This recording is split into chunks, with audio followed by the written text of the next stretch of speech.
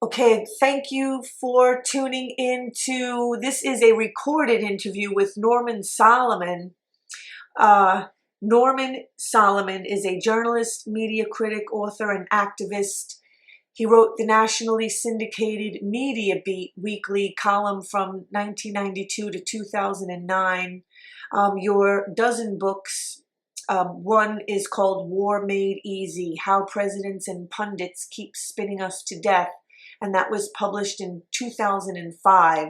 The Los Angeles Times called the book brutally persuasive and a must-read for those who would like greater context with their bitter morning coffee, or to arm themselves for the debates about Iraq that are still to come.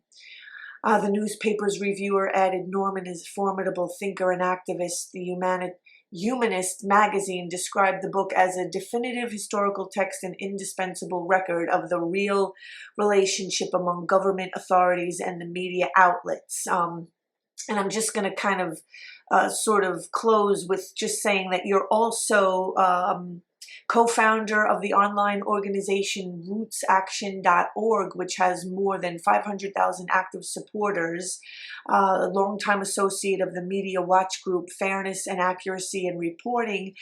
And I just also wanted to mention exposefacts.org, which you're also involved with. So thank you for interviewing with me today, Norman Solomon, for Organic News on Awake Radio. Oh yes, very glad to be with you. This is either the second or maybe the third interview that I'm doing with you, and you've been really busy lately, traveling around. Can you talk about what you've been doing? Well, I continue, as you noted, to work as part of exposefacts.org. Exposefacts is a project of the Institute for Public Accuracy, which I founded 17 years ago. We're a consortium of public policy researchers and analysts with a focus on media outreach, and people can find our virtually daily news releases on breaking news and background information at accuracy.org on the web. So that's something that I'm very committed to, as well as you mentioned rootsaction.org, which is an action arm for progressive people. We continue to gain more momentum, and people are welcome to, rather than feel separated from each other, it's so important to work together, and people can get our alerts and take part in petitions and direct online actions at rootsaction.org, and people are invited to join us there. Have you recently, with all of your traveling, have you been doing just consciousness raising for Jeffrey Sterling? That's what I was under the impression, trying to bring awareness to Jeffrey Sterling's situation. Well, at both organizations that I mentioned, exposefacts.org, which is part of the Institute for Public Accuracy, and rootsaction.org, we've been involved for the last year in support for the CIA whistleblower Jeffrey Sterling, who went to trial in January of 2015, was convicted on a number of counts of the Espionage Act, and has been in prison beginning to serve a 3.5-year sentence in June of 2015. It's a complicated case. It's an important one. It's gotten very little and certainly quite insufficient mainline media coverage. And if people go to exposefacts.org, you'll see on the homepage a link for extensive independent media coverage we did of the Jeffrey Sterling trial. It has a lot of implications for the choking off of information, the Obama administration's de facto war on whistleblowers, and what that war on whistleblowers has meant for investigative journalism. The trial went on for 2 weeks in January of last year, and it just really needs to be examined. So anybody who's interested in that, please do go to exposefacts.org and click on our special coverage of the trial. His wife said that he basically was arrested just for talking with James Risen of the New York Times. Yes, communicating with him. There are records that he metadata. He was basically, as a BBC report put it, he was basically convicted on the basis of metadata. and the content of his communications with James Risen, the New York Times reporter, was never revealed. The testimony and evidence at trial was simply metadata that he had been in communication with James Risen. And one can see, I think, if you really mull that over, the dangerous implications of that when U.S. government officials, particularly in the so-called national security arena, and after all, Jeffrey Sterling was with the CIA, is very concerned that the only story that get out be the official story. And so the possibility that the unofficial story, which would be less flattering to U.S. Policy, might get out is something that this administration, as with previous ones, but this one seems to be even worse, is not something they want. They want only the official story to get out. Right. And that's one of the many reasons that what's happened with Jeffrey Sterling is it's very important for the First Amendment, for democracy. Can you hear me, Norman? Yes, yes. Okay, I think, okay, so just back up, just a little bit from what you were saying before, because it started getting a little choppy there. Okay. There are a lot of implications, dire ones, for the First Amendment, for freedom of the press. When you look at the prosecution and imprisonment now of Jeffrey Sterling, he's somebody who was convicted, after all, just on the basis of metadata, not on content, but on the fact that he was in communication via email and so forth with the New York Times reporter James Risen in connection with his book called State of War. So there are many reasons to not only be concerned, but to be active on this. People can get a lot more information at exposedfacts.org, and we have a ongoing petition and support mechanism for the Sterling Family Fund at rootsaction.org. And Jeffrey Sterling is in jail. They moved him like far away from where he lives, didn't they? Yes, his home for many years has been in Missouri, where he's lived with his wife in the St. Louis area, actually not far from Ferguson, Missouri. As an African American, he was one of the few to become a case officer in the CIA. He filed a anti-discrimination lawsuit, which angered the hierarchy of the CIA, which is part of this story. And he was later prosecuted as an alleged leaker of classified information. So it is very difficult for his wife, Holly Sterling, to visit him the 900 miles from where they've long had their home. He's in Colorado, is he? Yes, he's in prison in the Denver area. So is there any, there's no chance of getting him released early or proving his innocence or fighting for his early release? Well, his wife, Holly Sterling, has never stopped fighting for his release. In fact, if you go to exposedfacts.org, you'll see on the homepage information about a petition to President Obama asking for a pardon. That's why I want to talk about him, because I know that he doesn't get a lot of news coverage.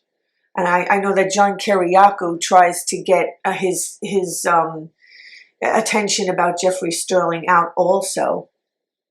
Yes, John Kiriakou is somebody who served a couple of years on a 2.5-year sentence in prison. The only CIA official, now former CIA employee, to go to prison in connection with the CIA torture program under President Bush is John Kiriakou, and he went to prison for being someone who actually revealed public information about the torture program.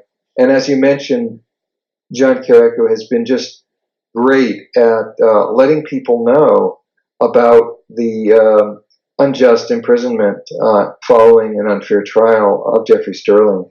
And so they imprisoned John Kiriakou for basically the same thing that they are imprisoning Jeffrey Sterling for just, not the same thing, but exposing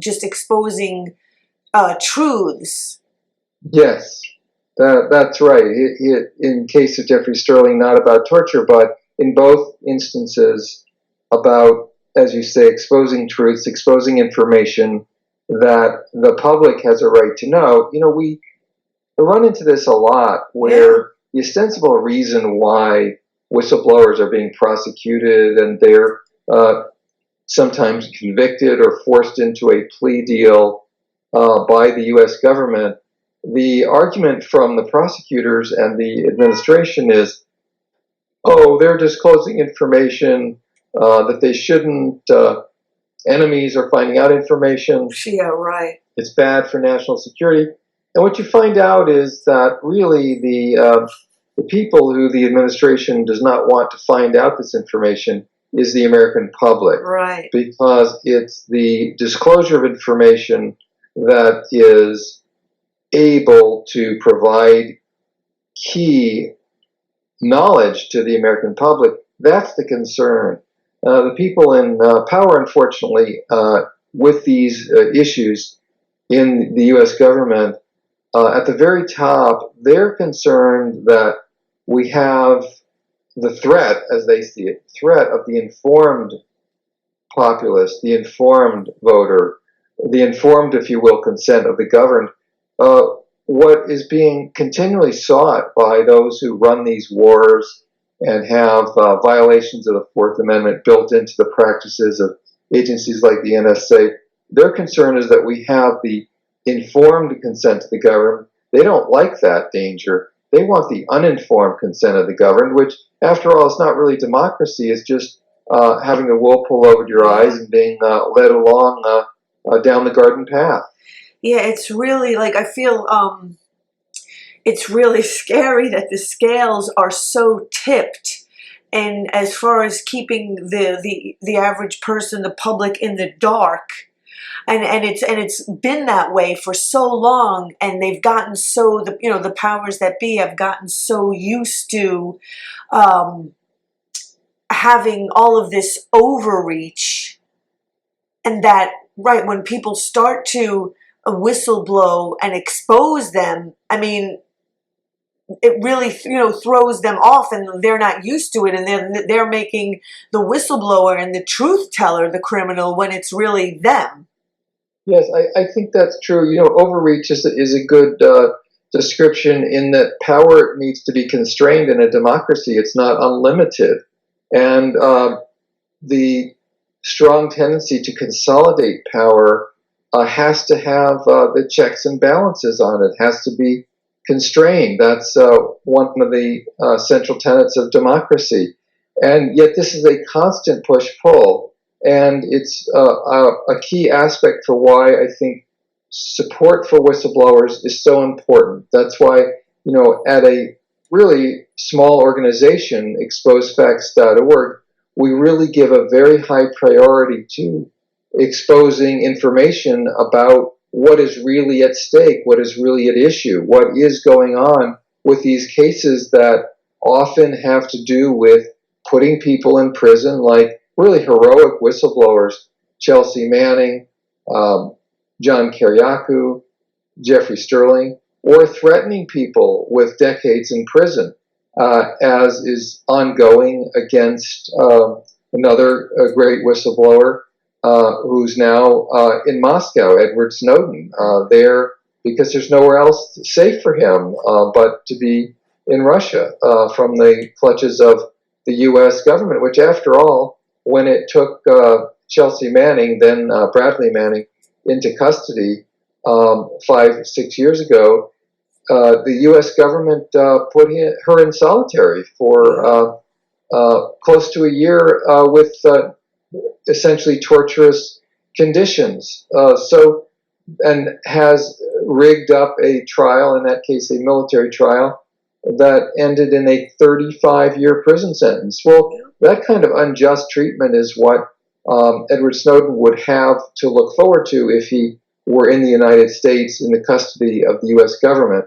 And it goes to fundamental questions of democracy. When I was 14, 15, 16, 17, I decided that I really wanted to be a journalist. And that was through, as is so often the case with Americans, a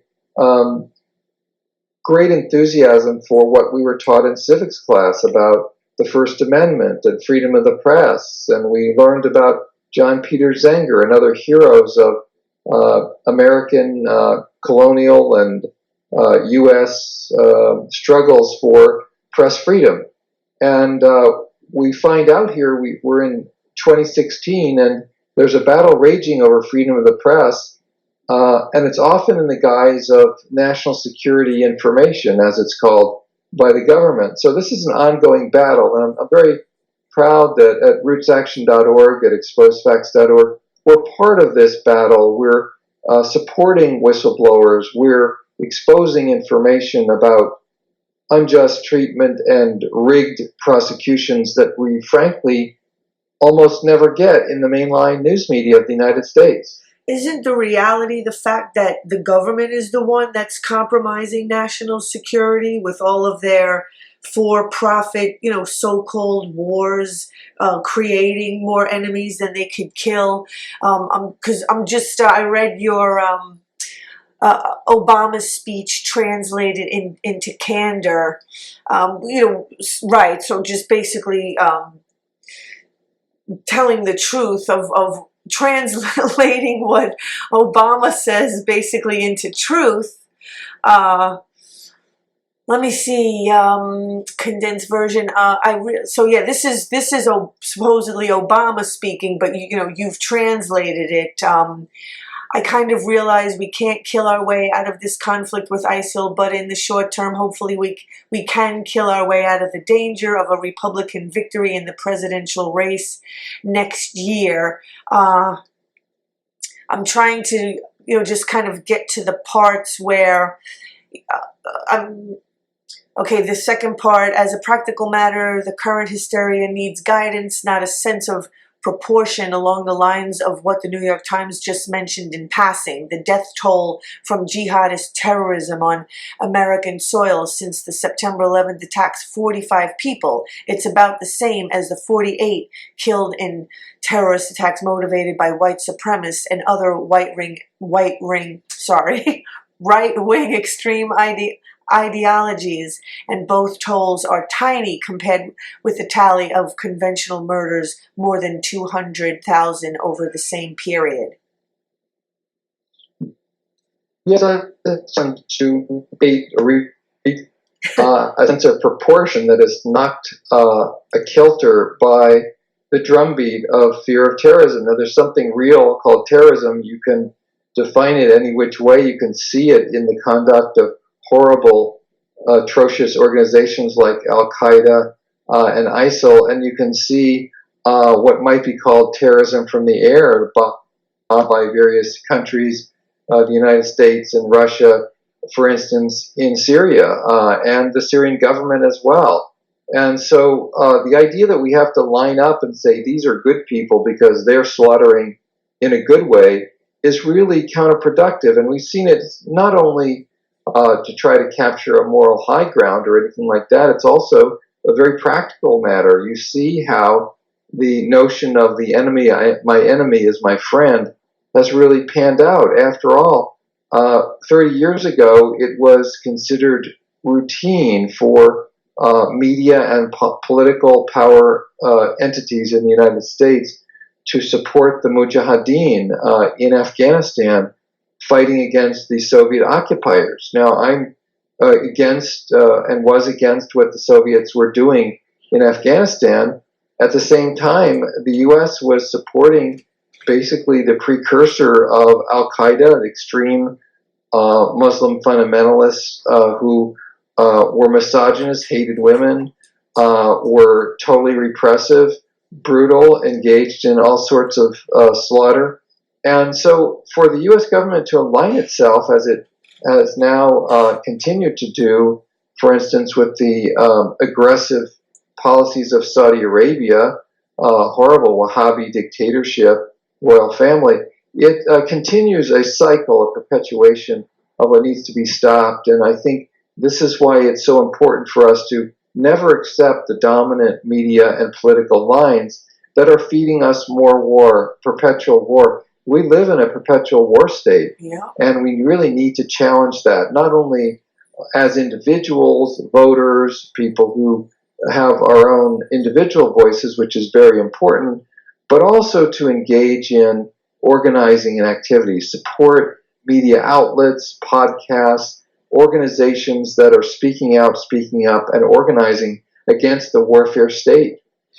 I wanted to just kind of point out, like, as long as we live in this umbrella of profit first and everything else last, because this woman that was on Democracy Now!, they were talking about the situation, the water contamination situation in Flint, and it was just like, it's this pervasive kind of theme throughout, is that, you know, the economy, or, I mean, to me, it's not even like a real economy, because money doesn't have real value. I mean, it's just, you know, nature and things that are real are getting killed, slaughtered. I mean, the environment, for this money that man creates out of debt. Well, what you point out is very connected with our discussion so far, because, among other things, war is extremely profitable, and that's very sad. I was mentioning Saudi Arabia. Well, it's not only that Saudi Arabia has so much oil, but the U.S. has sold untold billions of dollars worth of high-tech weapons to Saudi Arabia, to the royal family that runs the Saudi government and runs Saudi Arabia with an iron autocratic dictatorial hand. And war is unfortunately profitable, as I know you've interviewed the excellent expert on weapons sales, William Hartung, on this program. And Hartung is very good at pointing out with information just how profitable arms sales are. You take the weapons sales all over the world, one government, the U.S. government, accounts for about half of it. It's insane. It is making billions of dollars in profits and throwing more gasoline on the fire in the Middle East, for instance, selling tremendous quantities of jet fighters and weapons and bombs and missiles and tanks into situations that are already choking with the means of mass killing. And it is, as you point out, whether it's the tragedy in Flint, the really crime against humanity of polluting nature and harming people terribly and other living beings in the process, that's of a piece with this profiteering for war. And, you know, back during World War II, then Senator Harry Truman gained more national fame because he held hearings on what was called war profiteering. We really don't hear that phrase very much anymore. War profiteering is just considered to be the way business is done. And yet, certainly that's what's going on, this mass profiteering, weapon sales, other sorts of contracts for wars, that the privatization has just intensified the profit margins for. And I think that helps to explain just a lot of the irrationality, if you will, of these wars that are going on that are fueled by the United States. They are just so damn profitable. John Perkins calls it the death economy. Well, it's hard to argue with that. I think that in many ways our economy is, not that it has to be, but it is organized and being driven from the top, from Wall Street, from Washington, as a death engine. And those who have a different set of values, it's not enough to have those different values. We've got to fight for them. We need to do that. We really do need to do that in the electoral arena in terms of working for, not just voting for, but working for and supporting candidates who have a different sort of a voice and vision. Activism, protests, emails, letters to the editor, online presence, all sorts of ways that whether or not we can make a big change it can help keep ourselves centered and sane as well. And that's important too, because we don't want to let this death system corrode our own sense of what it means to be alive, or our sense of what is possible with organizations and communities. We have the opportunity to make those changes not only in the larger world, but in our own lives as well. Andy Worthington was on Tuesday, the first show that I did for the new year, because the anniversary of Guantanamo is coming up on Monday, and he was talking about how they don't want to release these detainees from Guantanamo. Really, it's more about embarrassment, that they don't want the detainees to be talking about, their treatment and what was done to them, and that they don't, torture does not work because they don't have any information to give. Or the information that they give is under torture and isn't even accurate. Right. It's just, what, again, it's sort of like the death economy. I mean, sure, if you torture somebody, they're going to say whatever you want to hear. So they're actually making a terrorist out of the person by torturing them. There's another facet. I think you make some very good points, and a lot of the reasons for not releasing people from Guantanamo, you point out that it makes the U.S. look bad for them to be heard. British people who've been tortured have gone back to Britain and talked in the news media there about the terrible, inexcusable conditions at Guantanamo. There's also, I read an account a number of years ago where an additional reason or rationale for not releasing people from Guantanamo has been that even in the case of someone who was later discovered to have been totally innocent of anything that could be defined as wrongdoing, they weren't angry at the United States or inclined to do anything violent against the United States when they were captured and imprisoned, but their experience of torture was so horrible that it had turned them against the United States, and then the United States authorities saying, well, we've created somebody who hates us, we certainly can't let them out now. Right. So, they actually created the situation. Yes, I mean, in some cases. In other cases, you have people, for whatever reasons, they did horrible things. They were quote-unquote terrorists. And we need to realize, though, that what goes around comes around. As the poet W.H. Auden said, those to whom evil is done do evil in return. And so, unfortunately, brutality and slaughter are often met with and responded to with people trying to do the same thing with the means at their disposal. And if they don't have cruise missiles or drone missiles, they'll try it some other way.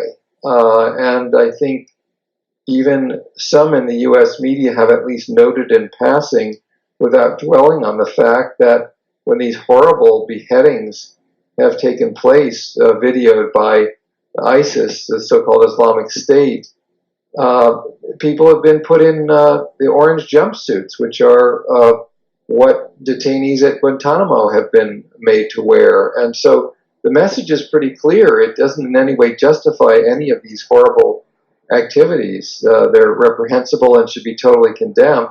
And at the same time, it gives us some insight into the way that these tape loops, if you will, are perpetuated. The cycles of murder and mayhem and torture and just abominable, inhuman behavior. So to participate in moving that cycle forward is just absolutely not what the U.S. government should be doing. Shaka Ama, who they finally released after he was cleared for release twice, first in 2007 and then 2009. And sorry, I'm just trying to think of the point that I was going to make. I mean, like, they didn't let him out without so much, Andy Worthington and a lot of other people, like, working very hard to get him released. And he was cleared. A lot of them are cleared for release, and they're still being held. Yes, and there's an overall approach that really kicked in and gave or was given license by people in authority in the U.S. government after 9/11 that don't worry about erring on the side of excessive brutality and injustice. We got to do what we got to do. And I mean, there's an ethical, moral, huge problem with that. And there's also a lot of practical problems with that because the U.S. is creating people. As a matter of fact, it's accurate to say that we're creating more terrorists than we can possibly kill. Absolutely. And isn't that what they want? For it keeps their profits rolling in. Well, I mean, there is that question about, given the counterproductive effects of the ways in which the drone wars have been escalated by the U.S., why would people in authority continue to do things that even some of their own studies show are counterproductive? And I think it does, unfortunately, loop back to the fact of institutional momentum and the power, the great power of being able to make huge profits and careers from these wars continuing. So there is, consciously or not, individually and institutionally, a whole raft of motivations to just keep the carnage going. Yeah, I mean, and the longer it gets to keep going, that means more and more people are going to die, are going to be imprisoned, are going to be criminalized, are going to be made, like, literally turned into a terrorist or whatever the profit system needs them to be. Well, there are motivations when you create space, an inflow of money, and then motivation for warfare. Then you're not helping people to create civil society. I'll tell you a little fact that isn't mentioned very much, and I think probably is not very widely known. If you go back to 2009, when President Obama had just moved into the White House, there was a series of public forums sponsored by the Congressional Progressive Caucus.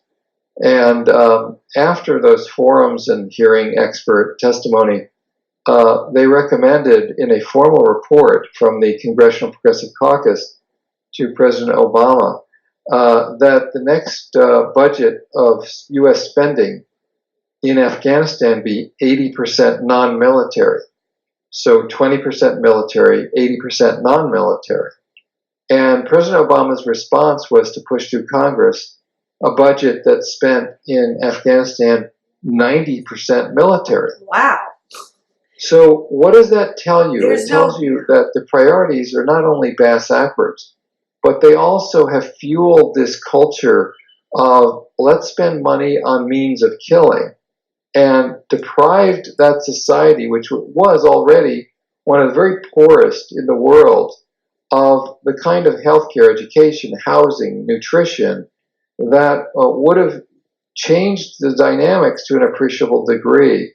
And I think, of course, that in our own country, I mean, whether you live as I do in California or you live in New York or anywhere else, the fact is that we have a society with infrastructure falling apart.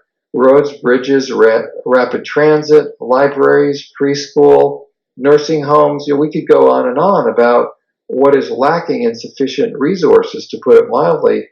And yet the Pentagon is spending $2 billion with a B dollars a day, and other line items outside of the Pentagon budget per se, the military intelligence state, account for another $1 billion a day. You've got $3 billion with a B dollars a day being spent in some form of the intelligence warfare state. And think about what we need in our own communities. It's really tragic, it's really outrageous, and we really need to push back against it. And all the while Obama is pretending, I mean, I don't know if he really does care about the climate or the environment, but I mean, he's saying that he does, but all these wars, I mean, they're completely devastating the environment. Well, yeah, one fact that we don't hear about is of all the institutions on the planet that are most contributing to environmental degradation, the U.S. Department of Defense is the single biggest contributor to pollution on the planet. And that includes climate change in terms of ways that better solutions are being foreclosed while climate is worsened. So this is just outrageous, and yet, the Department of Defense, as it's called, gets a pass in terms of presidential criticism. And also the recent tears of Obama for the gun control, and saying like he just cares so much about people being killed, but clearly not the people being killed in the Middle East, the children and the innocent people and the people in weddings and having drones dropped on them. I mean, innocent civilians are killed, like crazy. Yeah, I agree. I think it's one of the not only blind spots of the U.S. media, but it's also a taboo. As a matter of fact, I just wrote a piece along that line because I haven't seen anything along that line. The tremendous amount of coverage of gun control issues and so forth, but it's sort of a third rail to really go there, and it goes to the difference between, you might say, authorized violence and unauthorized violence. Now, certainly, President Obama doesn't like kids being gunned down in schools or in the streets in the United States. But I've been reading a lot of books lately that provide details in terms of the last couple of years about the U.S. wars, and there are just some excellent books that have come out. One is called Kill Chain by Andrew Coburn, Cockburn. And Kill Chain is a book that talks about the real drone war that the United States is engaged in. It's great journalism. Andrew Coburn is Washington editor for Harper's Magazine. And for that matter, Kill Chain was just published in 2015. I believe it's about to come out in paperback here in the first part of 2016 from a large publisher, Henry Holt. It deserves a lot more attention. What it basically says, I mean, here would be a bit of an executive summary of the book. It has many different facets, but the entire drone war makes no sense, even strategically, in terms of military effects. You have what are called high-value individuals who are targeted by drone strikes, and replacements in Afghanistan and elsewhere have been very quick to pick up the job, and routinely are worse than the people, more deadly than the people with more deadly results coming from the targeted killing, the assassination, than what was done previously. So it again goes back to what you and I were talking about a few minutes ago. Even on its own terms, militarily, these sorts of so-called war on terror activities are counterproductive. Right. And yet they're being done, and when you look at just the careers being made and the huge corporate profits being made from these weapons and the political hay being made, you see how and why this happens. It's like it sounds like they're building this sort of it sounds like an unreality, like it's just like this reality of their own making. It sounds so surreal, careers being made of, from creating terrorism and fake war and bombing and killing innocent people, and making enemies out of innocent people so that they can make their career. It's fascinating to me. We have such a culture of made-up films and Star Wars and dystopian science fiction, and whatever one says about that, whatever one's level of interest in it, when you look at the so-called real world, which is to say what's actually happening on our planet, and such policies being pursued by our own government, the U.S. government, you can't make this stuff up. Yep. It has any element you would want of dramatic insanity, of plot lines with human twists and turns. The tragedies are Shakespearean and more. The scales are large. The impacts are immediate and long term. This is, as they say at the beginning of a film, sometimes these events, this story is based on real events. Well, not even based on, just what's really happening is not easy to comprehend, and certainly highly disturbing. And, I can understand why people just don't want to scrutinize what's happening, but I think it's important to. And podcasts such as this one is very important for people to go back again and again to get information, to hear from people like William Hartung, to understand through the interviews that you're doing, by listening to the program online, that we have opportunities to understand and then to change the way our government and other governments function. So this is a challenge to us, and I can understand why people get discouraged, but this is the only world we have, so we ought to fight to protect it. Yeah, we have to start going in the other direction. I've been trying to tell that to people like for decades. And I wanted to bring up a couple of things. I know we only have about 10 minutes. One was Exxon, who started funding their against what their own science found about what they were. I mean, it's kind of a no-brainer that being a gigantic oil company would be somewhat at least damaging to the environment, and then to just like start funding the opposite and the denial since the 70s, and now. I have it here. Attorney General Eric Snyderman, trying to hold them accountable, actually under, and criminalize them. I mean, I hope that it can happen. It sounds, I mean, war is just kind of like that. I mean, like these people are just so addicted to their profit. And I was also going to mention TransCanada that wants to sue the American government, and miraculously Obama doing the right thing by not passing that Keystone pipeline. And now Canada wants to, or is it TransCanada that wants to sue the United States government over, I think it was $15 billion the taxpayers are supposed to give them over the potential loss of their future profits. I mean, that's like madness. Yeah, that will keep some lawyers in lucrative billing fees for quite a while, that sort of argument.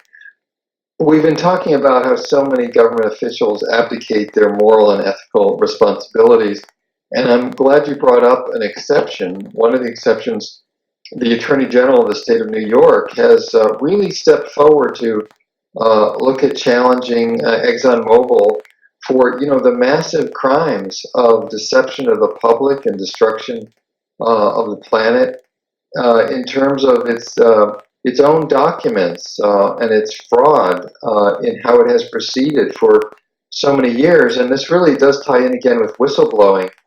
The information that the New York State Attorney General is utilizing is in part based on whistleblower information provided from inside ExxonMobil that then was reported by an independent news outlet.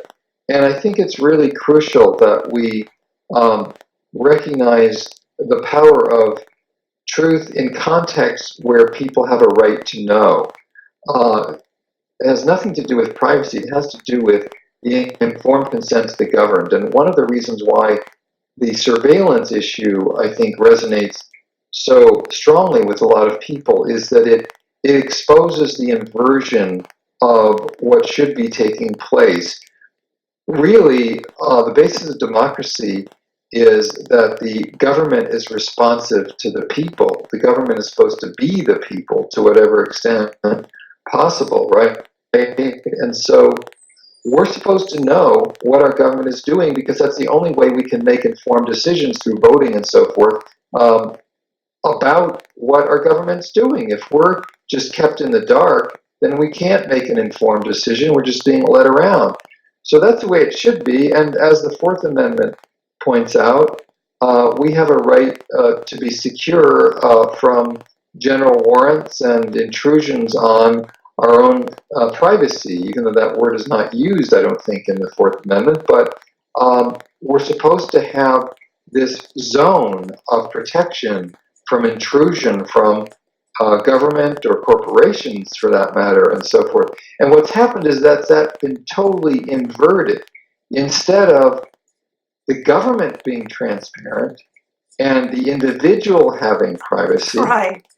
in the surveillance state, it's the government that has privacy, and individuals have been made transparent by invasions of their privacy, by the metadata surveillance, by the intrusions on their cell phones and their telephones and their emails, and all these different ways that the government is violating a Fourth Amendment.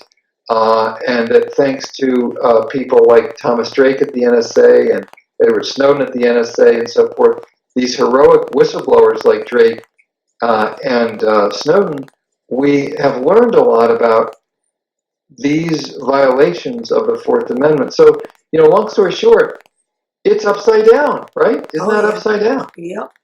I wanted to mention, I would kind of consider him to be a whistleblower also, is Bo Bergdahl, who they're supposed to be kind of doing the same thing to him that they did to Chelsea Manning. Court-martial it, like, I'm trying to, the prosecutor wants to put him in jail too, just like Chelsea Manning, for some ridiculous length of time. Yes, that's right. And let's blame the messenger for the bad news that they conveyed. Bergdahl, about the horrible situation in Afghanistan for the troops and for that war.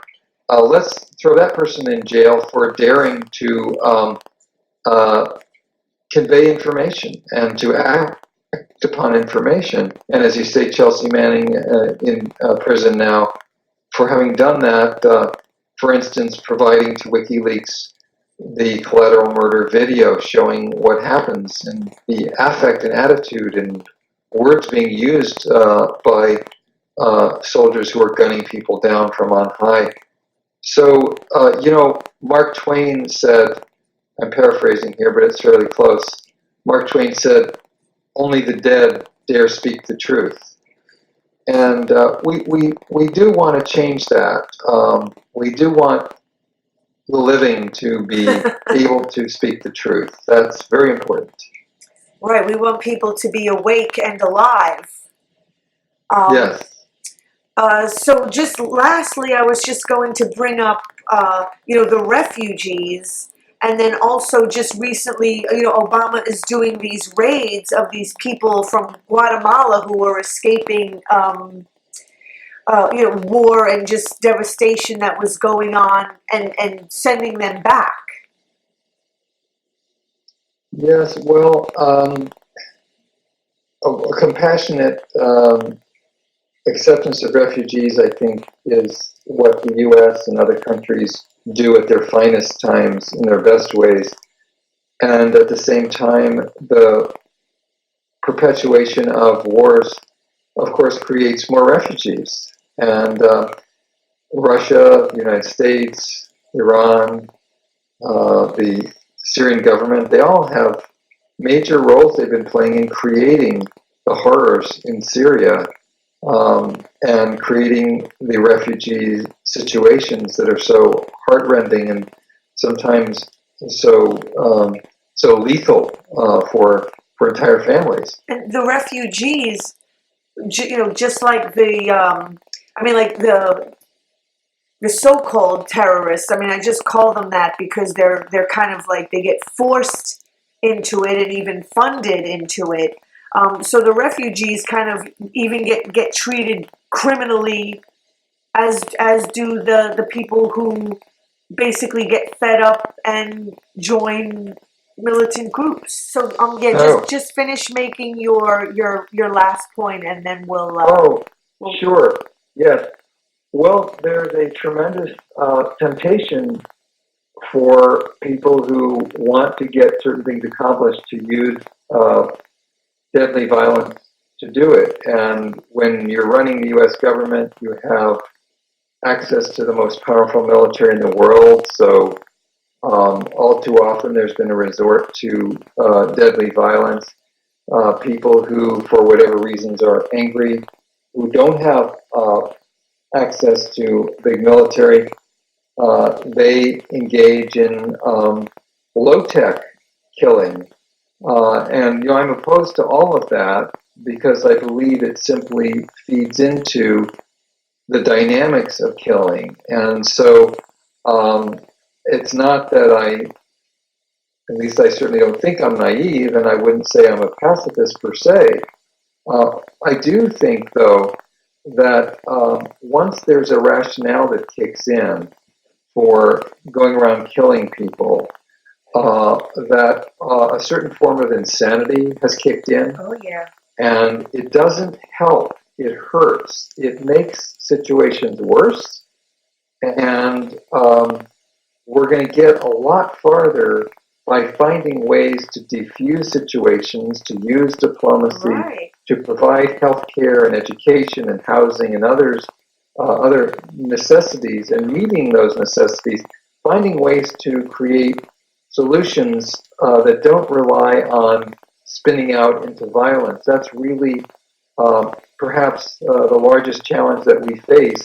And if we can meet that challenge, we will find ways to end this destruction of the planet that is manifested in such massive pollution and climate change that we're now facing.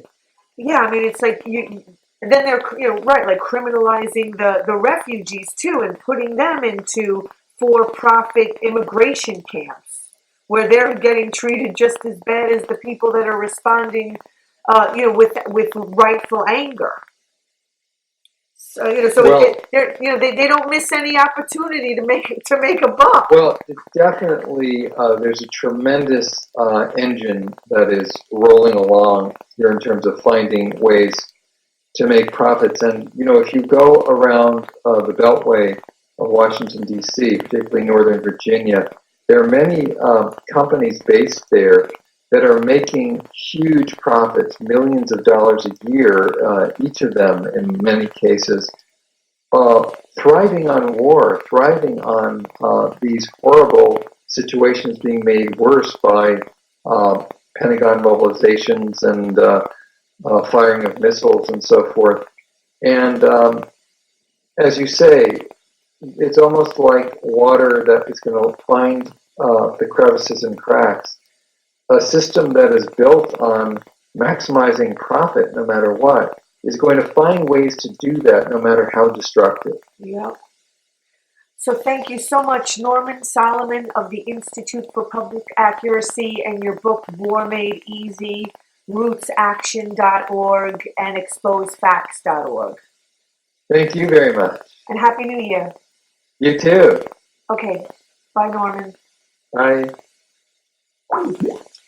Again, I want to please ask everyone to go to Awake Radio and the number 1, Awake Radio 1, no spaces. Organic News podcasts are there. Please help to make organic media and get the truth out there that the mainstream is all too interested in profit to keep quiet. Thank you all. Happy New Year. Bye.